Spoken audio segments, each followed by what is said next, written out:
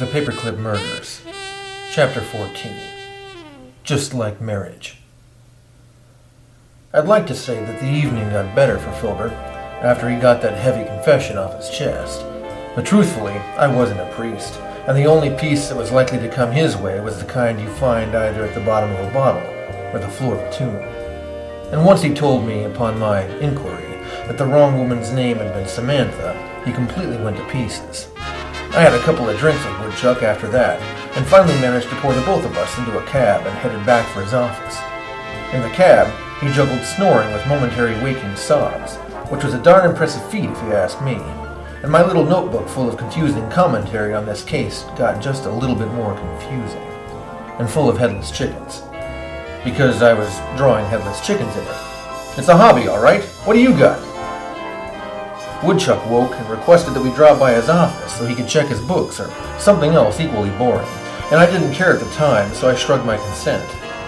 The cabbie dumped us out on the street in front of the offices with the big pillar and pillar sign on it. I tipped the cabbie another $5 and felt the insides of my wallet rasp together in an approximation of a hungry African child.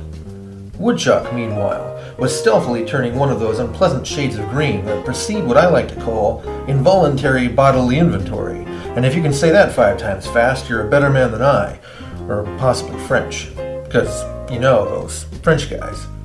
Anyway, Woodchuck needed help up to the floor of his offices, and as it was not yet closing time for some of the late workers, we didn't need to fish his keys out of his pocket, which I lucked out on, because as soon as we passed the threshold of the door, Woodchuck dangling off of me like some superfluous spider monkey, he made a face dive for the nearest potted plant.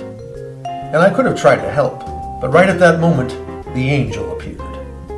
She had magically materialized just to my left, and brushed by me so quickly that our shoulders connected and I was thrown off balance, having already been reaching for Woodchuck.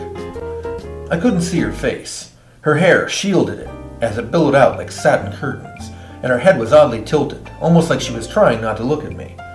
But I would recognize that sizzling walk and the slant of those shoulders anywhere. After all, I'm not one to forget art in all her blitzing glory.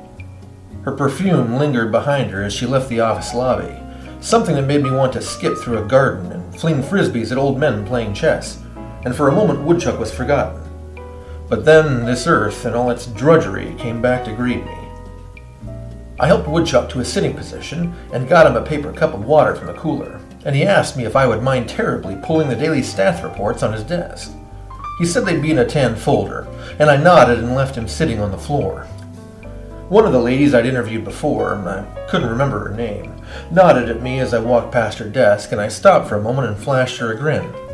"Say, doll," I schmoozed, "you wouldn't by any chance know that sweet little gal who just walked out of here, would you? A name, perhaps? Blood type?" Desk lady looked up at me, quirking an eyebrow up, and shrugged her shoulders. "Her name's Alice. She works in the mail department on the bottom floor. She just comes through here to deliver things." I nodded, absently tucking a cigarette to bed in between my lips. "Well, she's a swell thing, and that's all I'm saying." I left the secretary to stare after me, probably wondering what sort of intangible, mysterious mysteries were currently bubbling about in the brains of men like myself, and walked into Woodchuck's office. The office looked like Emily Post had taken up house cleaning, and a speed habit to boot.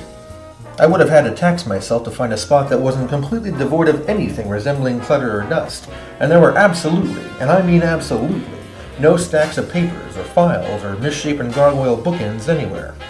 I was completely mystified as to how Woodchuck ever found anything in here.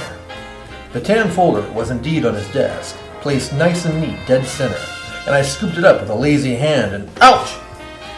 The contents of the folder scattered on the floor, and I frowned at my index finger, which was displaying a drop of blood welling up from a tiny prick on its surface. I pressed it to my mouth, frowning as I snapped the folder up from the floor, and saw the culprit that had shish kebabbed me, a bent paperclip that had been keeping all the papers in a neat stack inside the folder. I must have thoughtlessly snagged my finger on the end that appeared to be more jagged, and bent it when I scooped it up. I muttered a few choice phrases about myself that would have made a schoolmarm blush in her ankles, and put the rest of the papers in a semblance of orderly fashion in the folder. Then I returned to Woodchuck, tipping my hat at his secretary once more, and helped Woodchuck to his feet. We toddled out the door, back down to where the cabbie waited, and I sent Woodchuck on his way home, deciding that I would rather walk for a while. Moving your legs was always good for the thinking bits. My thoughts danced around Angel Face, and I caught myself considering ways to run into her more and abruptly shoved my hands deep into my coat pockets. Easy, man! You've got enough on your mind without chasing a skirt. And indeed, I did have a lot on my mind. There was Samantha, a faceless victim of Hennessy and Brock, who might well never be found. I feared that, in order to shut her up, they may have resorted to planting Samantha bulbs. Or perhaps they had chased her out of the state, or even used the same threats against her. Then there was Yurov and his Russian bowling team. And somewhere in the middle of all this, the clown somehow fit in. I didn't know how, but I had a hunch it would become evident all too quickly. I'd only been walking for a couple of minutes, deciding to take the stairs down from 7th Street to the Union Street platform, and that's when it happened. I took a step, and suddenly my foot just didn't respond. It was like the little man working the gears inside shot himself in the head and left the machine to its own devices.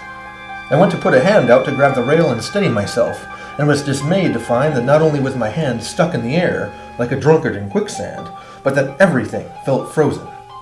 Except for the fact that my body was still moving, pitching forward like a ship determined to plow itself onto the cruel reef in front of it.